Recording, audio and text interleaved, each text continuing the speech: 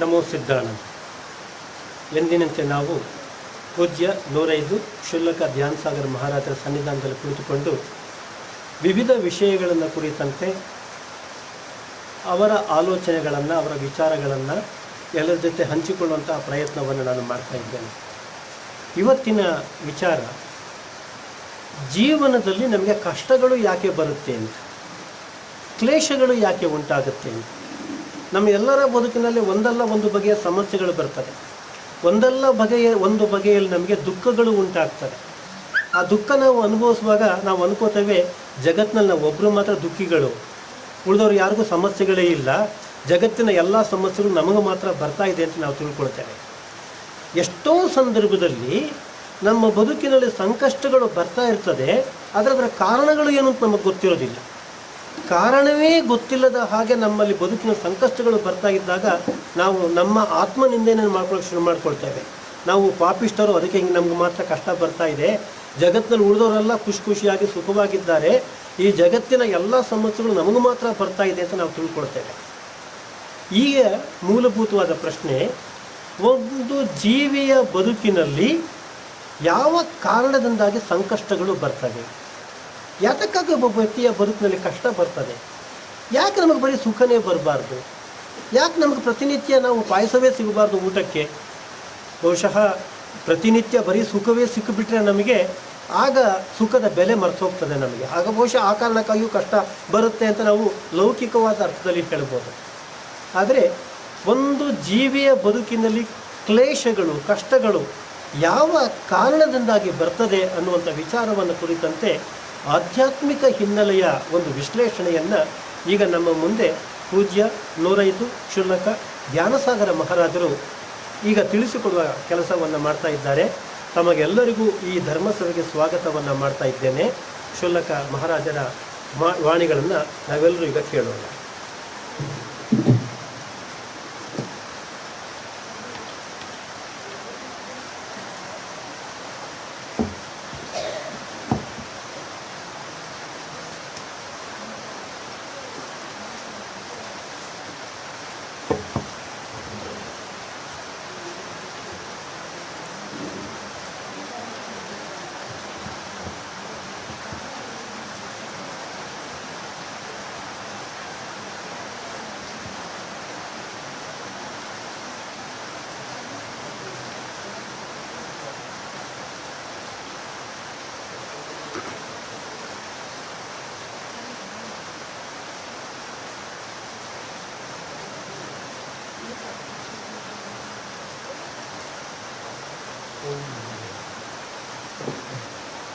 ओम नमः सिद्धेश्वर।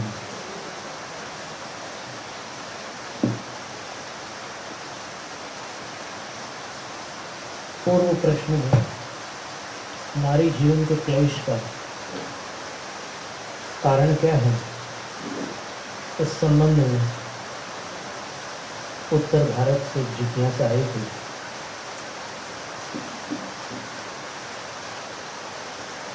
जीव सिद्धांत और कर्म सिद्धांत के आधार पर उसका किंचित वर्णन किया गया। वैसे वास्तव में संसार के जीवों के क्लेश का कारण क्या है, यह प्रश्न बहुत महत्वपूर्ण है। क्लेश वेदना की अस्वीकृति का नाम है और सुकुमार स्वामी की कथा में यदि सूक्ष्म दृष्टि से विचार करें तो समझ में आता है कि मुनि अवस्था से पूर्व उनकी जो स्थिति थी वो इतने अधिक सुख सुविधाओं में पले थे कि उनको रंच मात्र भी प्रतिकूलता सहन नहीं हो पाती थी।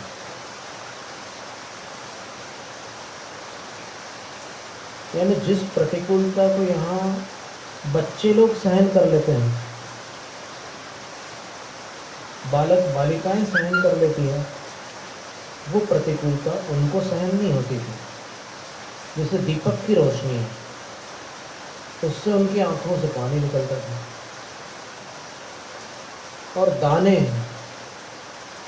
उस सिंहासन पर पड़े हुए दाने उनको चुभते थे, सहन नहीं होते थे। इसी प्रकार भोजन भी उनका ऐसा स्वादिष्ट और सरस होता था, सुगंधित भोजन होता था कि यदि उसमें साधारण भोजन मिश्रित हो जाए तो उनको रुचि नहीं होती थी। तो इस विवरण को पढ़कर सुनकर ऐसा लगता है कि वो बहुत दुर्बल थे। राजा को तो यही लगा था कि ये अस्वस्थ है, लेकिन जब माता यशोभद्रा ने बताया राजा को कि ये अस्वस्थ नहीं है, किंतु इनका लालन पालन इस तरीके से हुआ है कि ये जो आप वर्तमान में देख रहे हैं, ये प्रतिकूलता इनके अभ्यास में नहीं है, इसमें सहन नहीं हो रही। पर उनकी इस अवस्था को देखकर कौन कल्पना कर सकता था कि उनके अंदर कौन सी अपार शक्ति का भंडार छुपा पड़ा है, जो जब तक अव्यक्त है तब तक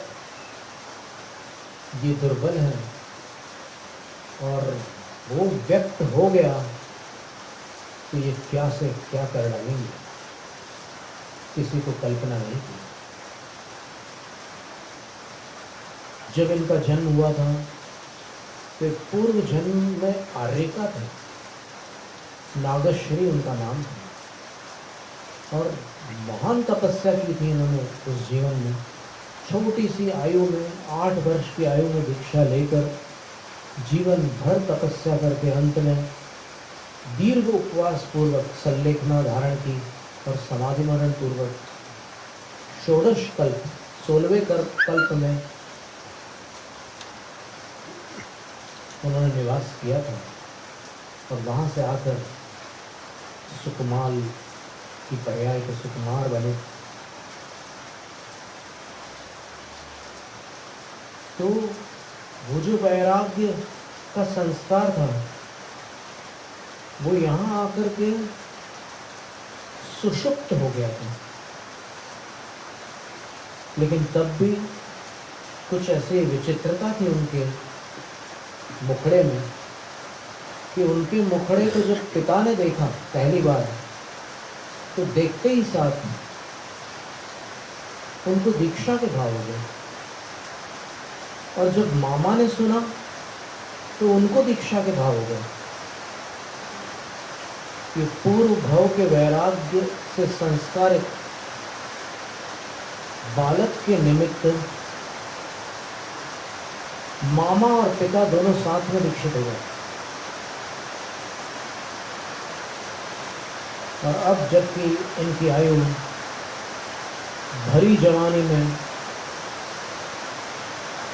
32 पत्नियों के साथ सांसारिक सुखों में संलग्न थी, तब इनके मामा जो मुनिराज थे, एकल विहारी थे, महान तपस्वी थे, रिद्धिधारी थे, वहाँ आते हैं तो उनको स्मरण आता है कि वो जो मेरा भांजा था बरसों पहले जब मैंने दीक्षा ली थी, तब एक भांजा था मेरा, उसकी आज क्या अवस्था है। तो जैसे ही वो अवधि ज्ञान लगाते हैं तो उनको समझ में आ जाता है कि वो अभी यहीं पर है और उसकी आयु 4 माह और कुछ दिन शेष है। तो उन्हीं के उद्यान वाले चैत्यालय में आकर के चौमासा स्थापित कर देते हैं। माता यशोभद्रा को भविष्यवाणी का स्मरण था कि मेरा पुत्र जब भी प्रथम मुनि दर्शन करेगा और प्रथम मुनि श्रवण करेगा तो मुनि हो जाएगा। तो माँ पुत्र वियोग से भयभीत थी, इसलिए वहां मुनियों का प्रवेश वर्जित था। पर अकस्मात ये समाचार मिलता है कि मेरे ही भाई ने यहाँ चौमासा स्थापित कर लिया। तो माँ उनसे प्रार्थना करती है कि आप अन्यत्र चौमासा स्थापित करिए, मैं सब प्रबंध कर दूंगी, इस चैत्यालय में मत करिए। वो कहते हैं कि संकल्प पूर्ण हो चुका है, अब मैं कहीं नहीं जाऊंगा। तब माँ ऐसा प्रबंध करती है कि सुकुमार उस चैत्यालय में न जाए। और जब चौमासा समाप्त होता है तब मुनिराज विचार करते हैं कि अब तो समय बहुत निकट आ गया। वो सोचते हैं कि इनको कैसे विरक्त किया जाए। अगर इन्होंने मनुष्य भाव को खो दिया तो बहुत बड़ी हानि होगी। ये सांसारिक सुख तो देवगति के सुख के सामने नगण्य है। तो उस समय वो एक पाठ करते हैं। उस पाठ में उनके पूर्व भव के देव विमान का वर्णन था। अच्युत कल्प में जहाँ वो देव थे वहाँ का वर्णन था। और वो सुनकर सुकुमार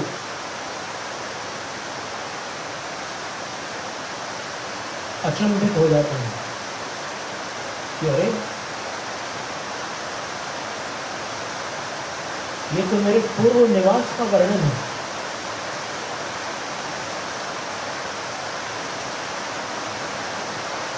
वहां रहकर मैंने दिव्य सुखों को भोगा है, जिसके सामने ये सुख तुच्छ है।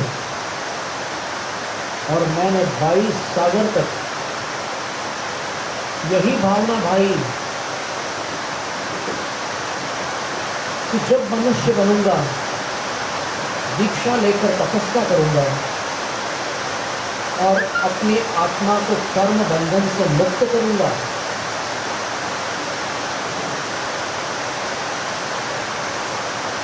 मैं अपने संकल्प को कैसे भूल गया। यहां आकर मैं सांसारिक सुखों में कैसे झूल गया। धिक्कार है मेरी दुर्बुद्धि पर। और न जाने किसने मुझे जागृत किया है। मैं तत्काल उनसे मिलता हूँ। और वो जैसे बाहर निकलना चाहते हैं तो वहां पर पहरेदार थे, प्रहरी थे, हथियार लेकर के तैयार बैठे थे। तब वो विचार करते हैं कि वहां से कैसे निकलेगा। तो फिर अपनी खिड़की को देखते हैं और पत्नियों की साड़ियां बांध करके वहां से उतर कर उनके पास जाते हैं। उनके हाथ में छिल जाने के कारण थोड़ा सा खून आ जाता है। वो कोमल साड़ियां थी लेकिन फिर भी उनके हाथ छिल जाते हैं। और नीचे आकर के फिर उस चैत्यालय में जाते जहाँ से आवाज़ आ रही थी और वहाँ जाकर के देव दर्शन करके गुरु को प्रणाम करते हैं। फिर परिचय होता है। सुकुमार स्वामी को लगता है ये गुरु जो हैं बिल्कुल मेरी माँ जैसे दिखते हैं। वो कहते हैं कि मैं तुम्हारी जो माँ है वो मेरी बहन है और मैं तुम्हारे हित के लिए एक बात कहना चाहता हूँ। तुम्हारा क्या विचार है?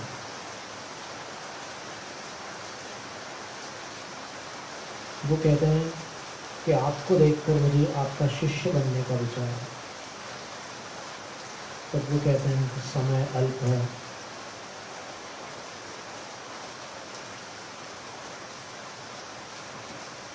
तुम्हारी आयु मात्र 3 दिन शेष है। सुकुमार तत्काल दीक्षा लेकर केशवंश और परिक्रम सबका विसर्जन करके वहाँ से प्रस्थान करके कहीं ऐसे प्रांगण में जाकर के शवासन में कायोत्सर्ग धारण कर लेते हैं, मरण पर्यंत कायोत्सर्ग में स्थित रहते हैं। और तब पूर्व भव की जो शत्रु थी, जो उनकी पुरानी भौजाई थी, भाभी थी, उनका इन्होंने उस जन्म में तिरस्कार किया था, उनको पैरों की ठोकर से मारा था।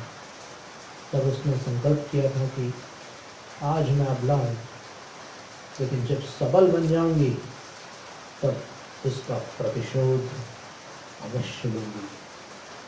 तो वो आकर के उनको 3 दिन तक खाती, शालिनी बनकर, उसके बच्चे भी खाते हैं। और तीसरे दिन ये उपशमक श्रेणी पर आरूढ़ होकर 11वें गुणस्थान में यथाख्यात संयमी बनकर अपने शरीर को विसर्जित करके सर्वार्थ सिद्धि विमान में आनंद बनते हैं। बस इस घटना में विचारणीय तथ्य ये है कि जिनको वो दाने सहन नहीं होते थे, जिनको दीपक की लौ से, शुद्ध घी के दीपक की लौ से आंखों में पानी आ जाता था, उन्होंने इतना भयंकर उपसर्ग कैसे सहन किया? तो उसका समाधान जैन सिद्धांत से बड़ा अद्भुत समाधान प्राप्त होता है कि दुख असाता के उदय से होता है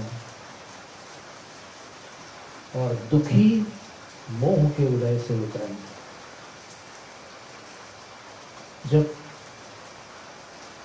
सुकुमार दुखी हुए थे तब अपने मोह के कारण दुखी हुए थे। अब उन्होंने मोह का त्याग कर दिया तो जिनको दाने चुभते थे उनको दांत चुभने पर भी उपसर्ग दुखी नहीं कर सका। दुख तो था वहां पर, लेकिन वो दुखी नहीं थे क्योंकि मोह विजेता थे। तो इसी प्रकार उनका स्मरण करके संलेखनारत क्षपक और साधक भी दुख को जीतकर समाधि मरण को प्राप्त होते हैं। इस संसार में क्लेश का कारण सुख की आकांक्षा है।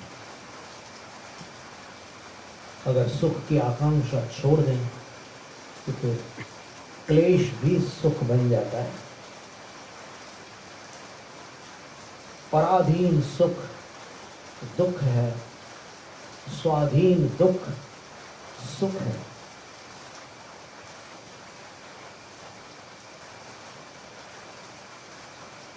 तपस्या में आनंद का यही रहस्य है। देखने वाले अपना गणित जोड़ करके कल्पना करते हैं कि जैन साधु शरीर को कष्ट देते हैं। ये उनकी भ्रांति है। जैन साधु प्रतिकूल वातावरण में भी समता धारण करके सुखी रहते हैं। ये साधु की साधना है। दुख में दुखी न होना, सुख में सुखी न होना, सुख हो या दुख हो दोनों में समान धारणा बनाकर अंदर में आह्लाद संपन्न होना ही साधुत्व है। हमारी जीवन में जो क्लेश है और संसारिक प्राणियों को जितने भी क्लेश हैं उनसे पार लगने के लिए जिन शासन की शरण में आकर आचार्य पूज्यपाद स्वामी के उस सूत्र का स्मरण करके ये ध्यान रखना कि जहाँ अपना ज्ञान केंद्रित होता है वही अपने को प्राप्त होता है। इष्टोपदेश में आचार्य कहते हैं 20वें काव्य में कि जहाँ भी ध्यान केंद्रित होगा वो अपने को प्राप्त होगा। अगर आप ध्यान इसमें केंद्रित करोगे कि मैं पास होऊंगा कि नहीं, पास होऊंगा कि नहीं, मुझे सफलता मिलेगी कि नहीं, सफलता मिलेगी कि नहीं, तो आपका ध्यान कहाँ है? अभाव पर आपका ध्यान है। तो अभाव का ध्यान करने से अभाव की प्राप्ति होती है। अपार शक्ति है प्रत्येक आत्मा में, वो जिसका ध्यान कर ले उसको पा ले। तो यदि वो ऐसा ध्यान करे, अब किसका ध्यान करे ये भी आचार्य कह रहे हैं कि सांसारिक सुखों का ध्यान करने से वो खली चुनी,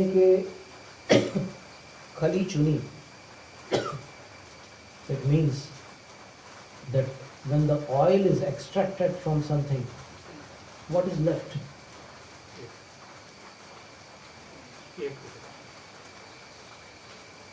So, and if it starts decaying, अब वो सड़ना चालू कर जाए तो कैसा हो जाता है? वो बिल्कुल व्यर्थ हो जाता है। तो आचार्य कहते हैं कि अगर तुम सांसारिक सुखों का ध्यान कर रहे हो तो फिर तुम्हें वो प्राप्त होगा, क्या? जिसमें से तेल निकाला जा चुका है और जो सड़ चुका है, ऐसे मूंगफली का टुकड़ा प्राप्त होगा, जिसको तुम बेशकीमती समझ रहे हो, तुम जिसको बहुत अच्छा समझ रहे हो, तुम्हारी भ्रांति है। वो वास्तविक सुख नहीं है, वो सुखाभास है, सुख का भ्रम है। और यदि तुम सर्वज्ञ द्वारा प्रदर्शित, उनको तो आत्मा का साक्षात्कार हुआ था, सर्वज्ञ को, तुम्हें नहीं हो सकता, तुम्हें आत्मानुभूति हो सकती है। तो उनने जो बतलाया है आत्मा का स्वरूप, वो दिव्य चिंतामणि है। उसका अगर तुम ध्यान करोगे तो तुम्हें सर्वज्ञ पद प्राप्त होगा, तुम्हें सिद्ध पद की प्राप्ति होगी। अब यदि तुम विवेकी हो तो सोच लो क्या करना है। क्लेश का कारण सुख की कामना है और सुख का कारण कामना पर विजय प्राप्त करना है। जय हिंद, जय शासन।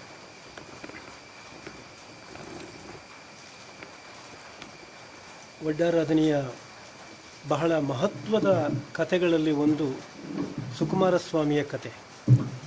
ಈ ಸುಕುಮಾರ ಸ್ವಾಮಿಯ ಕಥೆಯನ್ನು ನಾವು ಸರಿಯಾಗಿ ಅರ್ಥ ಮಾಡಿಕೊಂಡ್ರೆ ಕ್ಲೇಶ ಅಥವಾ ಕಷ್ಟದ ಪರಿಕಲ್ಪನೆಯನ್ನು ನಾವು ಅರ್ಥ ಮಾಡ್ಕೊಳ್ಳೋದಕ್ಕೆ ಸಾಧ್ಯ ಆಗತ್ತೆ. ಸುಕುಮಾರ ಸ್ವಾಮಿ ಹೆಸರಿನಲ್ಲಿಯೇ ಸೌಕುಮಾರ್ಯವನ್ನು ಪಡೆದುಕೊಂಡಂತಹ ಸ್ವಾಮಿ ಹೇಗೆ ದೀಪದ ಬೆಳಕಿನನ್ನು ಸಹಿಸಿಕೊಳ್ಳಲಾಗದ ಸೂಕ್ಷ್ಮವಾದಂತಹ ಮೃದು ಶರೀರವನ್ನು ಪಡೆದುಕೊಂಡಿದ್ದಂತಹವರು ತಮ್ಮ ಬದುಕಿನ ಕೊನೆಯ ದಿನಗಳಲ್ಲಿ ತಪಸ್ವಿಯಾಗಿ ಶವಾಸನದಲ್ಲಿ ಮಲಗಿಕೊಂಡು ಧ್ಯಾನಮಗ್ನರಾಗಿದ್ದಂತಹ ಸಂದರ್ಭದಲ್ಲಿ ಪೂರ್ವ ಜನ್ಮದ ದ್ವೇಷದಿಂದ ಆತನ ಅತ್ತಿಗೆಯಾದವರು ಈಗ ನರಿಯಾಗಿ ಬಂದು ತನ್ನ ಮರಿಗಳ ಜೊತೆಯಲ್ಲಿ ಪಾದದಿಂದ ಮೊದಲುಗೊಂಡು ಅವರನ್ನು ಜೀವಸಹಿತವಾಗಿ ಅವರ ಶರೀರವನ್ನು ಕಚ್ಚಿ ತಿನ್ನುವ ಸಂದರ್ಭದಲ್ಲಿಯೂ ಕೂಡ ಆ ಕ್ಲೇಶವನ್ನು ಸಹಿಸಿಕೊಳ್ಳೋದಕ್ಕೆ ಅವರಿಗೆ ಸಾಧ್ಯ ಆದದ್ದು ಹೇಗೆ? ಈ ಮೂಲಭೂತ ಪ್ರಶ್ನೆಗೆ ಧ್ಯಾನಸಾಗರು ಕೊಟ್ಟ ಉತ್ತರ ತುಂಬ ಆಸಕ್ತಿದಾಯಕವಾದದ್ದು. ಎಲ್ಲಿ ಮೋಹವಿರುತ್ತದೆಯೋ ಅಲ್ಲಿ ದುಃಖ ಇರುತ್ತದೆ. ಸುಖದ ಅಭಿಲಾಷೆ ಇದ್ದ ಕಡೆಯಲ್ಲಿ ದುಃಖವು ಹುಟ್ಟುತ್ತದೆ. ಸುಖ ಅಂದರೆ ಏನು, ದುಃಖ ಅಂದರೆ ಏನು ಅನ್ನುವಂಥ ಪರಿಕಲ್ಪನೆಗಳನ್ನು ನಾವು ಲೌಕಿಕವಾದ ಅರ್ಥದಿಂದ ಬೇರ್ಪಡಿಸಿ ನಮ್ಮ ಒಳಗೆ ತೆಗೆದುಕೊಂಡಾಗ ಅದಕ್ಕೆ ಬರುವ ಅರ್ಥದ ವಿವರಣೆ ಬೇರೆಯೇ ಆಗಿರ್ತದೆ. ನಾವು ಎಲ್ಲಿಯ ತನಕ ಸುಖವನ್ನು ಲೌಕಿಕವಾಗಿ ಹುಡುಕೋದಕ್ಕೆ ಪ್ರಯತ್ನ ಪಡ್ತೇವೆ, ಆ ಲೌಕಿಕವಾದ ಸುಖ ಅನ್ನುವಂಥದ್ದು ಅದರ ಪರಿಣಾಮದಲ್ಲಿ ನಮಗೆ ದುಃಖವನ್ನು ಕೊಡ್ತಾ ಹೋಗ್ತದೆ. ಆದರೆ ಯಾವಾಗ ನಾವು ಆತ್ಮಜ್ಞಾನವನ್ನು ಪಡೆದುಕೊಳ್ತೇವೆ, ಆತ್ಮಧ್ಯಾನದಲ್ಲಿ ನಮ್ಮನ್ನು ನಾವು ತೊಡಗಿಸಿಕೊಳ್ತಾ ಹೋಗ್ತೇವೆ, ಆಗ ಈ ಮೋಹನೀಯ ಕರ್ಮದ ಕಾರಣದಿಂದಾಗಿ ಉಂಟಾಗುವ ಎಲ್ಲ ದುಃಖಗಳನ್ನು ಕೂಡ ಸಹಿಸಿಕೊಳ್ಳುವ ಶಕ್ತಿ ಬರ್ತದೆ. ಸುಖದ ವಿಶ್ಲೇಷಣೆಯನ್ನು ಬಹಳ ಸೂಕ್ಷ್ಮ ನಾವು ಗಮನಿಸ್ಕೊಳ್ಬೇಕು. ಹೊರಗಣ್ಣಿಗೆ ಯಾವುದು ಕ್ಲೇಶವೆಂದು ಕಾಣುತ್ತದೆಯೋ ಅದು ಕ್ಲೇಶವಲ್ಲ. ಕ್ಲೇಶವೆಂದು ನಾವು ಸುಖದ ಭ್ರಾಂತಿಯಿಂದಾಗಿ ಹಿಂದಕ್ಕೆ ಹೋಗ್ತೀವಲ್ಲ, ಸುಖದ ಹಿಂದೆ ಹೋಗ್ತೀವಲ್ಲ, ಅದು ನಿಜವಾದ ಕ್ಲೇಶ. ಜಿನ ಮುನಿಗಳನ್ನು ಕಂಡಾಗ ಉಳಿದವರಿಗೆ ಅನಿಸುತ್ತೆ, ಅಯ್ಯೋ ಇವರೆಷ್ಟು ಶರೀರಕ್ಕೆ ಶ್ರಮವನ್ನು ಕೊಡ್ತಾ ಇದ್ದಾರೆ, ಎಷ್ಟು ಶರೀರಕ್ಕೆ ಕ್ಲೇಶ ಆಗ್ತಾ ಇದೆ ಅಂತ. ಆದರೆ ವಿಪರೀತ ಪರಿಸ್ಥಿತಿಯಲ್ಲಿಯೂ ಕೂಡ ಒಬ್ಬ ಜಿನ ಮುನಿಯಾದವರು ತಮ್ಮ ಮನಸ್ಸಿನಲ್ಲಿ ಸುಖ ಮತ್ತು ದುಃಖ ಎನ್ನುವುದನ್ನು ಸಮಾನವಾಗಿ ಸ್ವೀಕರಿಸುವಂತಹ ಒಂದು ಆತ್ಮದ ಆ ಒಂದು ಉನ್ನತ ಸ್ಥಿತಿಯನ್ನು ತಲುಪಿದ ನಂತರ ಲೌಕಿಕವಾದ ಅರ್ಥದಲ್ಲಿ ಕ್ಲೇಶ ಎನ್ನುವಂಥದ್ದು ಜಿನ ಮುನಿಯನ್ನು ಬಾಧಿಸುವುದಿಲ್ಲ. ಹೇಗೆ ಸುಕುಮಾರಸ್ವಾಮಿ ಜೀವಂತವಾಗಿ ಇರುವಾಗಲೇ ನರಿಗಳು ಬಂದು ಆತನ ಶರೀರದಿಂದ ಪಾದದಿಂದ ಮೊದಲುಗೊಂಡು ಕಚ್ಚಿ ಆ ದೇಹವನ್ನು ತಿನ್ನೋದಕ್ಕೆ ಶುರುವಾದಾಗಲೂ ಕೂಡ ಸುಕುಮಾರಸ್ವಾಮಿ ಅದನ್ನು ಕ್ಲೇಶ ಅಂತ ಭಾವಿಸಲಿಲ್ಲ. ಯಾಕೆಂದರೆ ನಾವು ಸುಖವನ್ನು ಎಲ್ಲಿಯ ತನಕ ಹೊರಗೆ ಹುಡುಕ್ತಾ ಇರ್ತೇವೆ ಅಲ್ಲಿಯ ತನಕವೂ ಕ್ಲೇಶದ ಅನುಭವ ನಮಗೆ ಆಗ್ತಾ ಇರ್ತದೆ. ಯಾವಾಗ ನಾವು ಸುಖವನ್ನು ಒಳಗೆ ಹುಡುಕೋದಕ್ಕೆ ಶುರು ಮಾಡ್ತೇವೆ, ಆತ್ಮನ ಅನಂತ ಸುಖದ ಅನುಭವವನ್ನು ನಾವು ಪರಿಭಾವಿಸೋದಕ್ಕೆ ಪ್ರಾರಂಭ ಮಾಡ್ತೇವೆ, ಆಗ ಲೌಕಿಕವಾದ ಅರ್ಥದ ಕ್ಲೇಶ ಅನ್ನುವಂಥದ್ದು ಅಲ್ಲಿ ನಿರಾಕರಣೆ ಆಗುತ್ತೆ. ಎಲ್ಲ ಮಾತುಗಳ ಒಟ್ಟು ಸಾರಾಂಶ ಇಷ್ಟೇ. ಎಲ್ಲಿಯ ತನಕ ನಾವು ಸುಖವನ್ನು ಹೊರಗೆ ಹುಡುಕುತ್ತೇವೆ ಆಗ ನಾವು ಕ್ಲೇಶವನ್ನು ಅನುಭವಿಸುತ್ತೇವೆ. ಯಾವಾಗ ನಾವು ಸುಖವನ್ನು ಅನಂತ ಸುಖವನ್ನು ಒಳಗೆ, ಅದು ಆತ್ಮನ ಲಕ್ಷಣ, ಅದು ಸಹಜವಾದಂಥ ಆತ್ಮನ ಲಕ್ಷಣ, ಸಹಜವಾದ ಆತ್ಮನ ಆ ಅನಂತ ಸುಖದ ಲಕ್ಷಣವನ್ನು ನಾವು ಮನಸ್ಸಿನ ಒಳಗೆ ಪರಿಭಾವಿಸ್ತೇವೆ, ಆಗ ದೈಹಿಕವಾದ ಕ್ಲೇಶ ಅನ್ನುವಂಥದ್ದು ನಮ್ಮ ಅನುಭವದಿಂದ ದೂರವಾಗ್ತದೆ. ಇಂತಹ ಚಿಂತನೆಗಳನ್ನು ಮಾಡೋದಕ್ಕೆ ಮೂಲ ಪ್ರೇರಣೆ ಬರುವುದು ನಮಗೆ ವಡ್ಡಾರಾಧನೆಯ ಸ್ವಾಧ್ಯಾಯದಿಂದ. ವಡ್ಡಾರಾಧನೆಯ ಸ್ವಾಧ್ಯಾಯವನ್ನು ಬಹಳ ಆಳವಾದ ಚಿಂತನೆಗಳ ಮೂಲಕವಾಗಿ ಮಾಡುವ ಹಂತದಲ್ಲಿ ನಮಗೆ ನಮ್ಮ ಬದುಕನ್ನು ನೋಡುವ ದೃಷ್ಟಿಕೋನವೇ ಬದಲಾವಣೆ ಆಗೋದನ್ನು ನಾವೆಲ್ಲರೂ ಕೂಡ ಈಗಾಗಲೇ ಅನುಭವಿಸೋದಕ್ಕೆ ಶುರು ಮಾಡಿದ್ದೇವೆ. ಎಲ್ಲ ಗ್ರಂಥಗಳ ತತ್ವಗಳ ಉದ್ದೇಶವೇ ಅಷ್ಟು. ನಮ್ಮನ್ನು ನಾವು ಏನು ಅದನ್ನು ಅರ್ಥ ಮಾಡಿಸುವುದೇ ಅದರ ಉದ್ದೇಶ. ವಡ್ಡಾರಾಧನೆಯ ಸ್ವಾಧ್ಯಾಯ ನಮಗೆಲ್ಲರೂ ನಾವು ಪ್ರತಿನಿತ್ಯ ಸ್ವಾಧ್ಯಾಯವನ್ನು ಮಾಡ್ತಾ ಇದ್ದೇವೆ. ನಮ್ಮನ್ನು ನಾವು ಹೊರಗೆ ಹುಡುಕಿಕೊಳ್ಳದೆ ನಮ್ಮನ್ನು ನಾವು ಒಳಗೆ ಹುಡುಕಿಕೊಳ್ಳೋದಕ್ಕೆ ಈ ಸ್ವಾಧ್ಯಾಯ ಪ್ರೇರಣೆ ಆಗಲಿ ಎನ್ನುವಂಥ ಆಶಯದೊಂದಿಗೆ ಇವತ್ತಿನ ಈ ಒಂದು ಸಂವಾದವನ್ನು ಮುಗಿಸ್ತಾ ಇದ್ದೇವೆ. ನಮೋ ಸಿದ್ಧಾಣಂ ವರ್ಧತಾಂ ದಿನಶಾಸನ.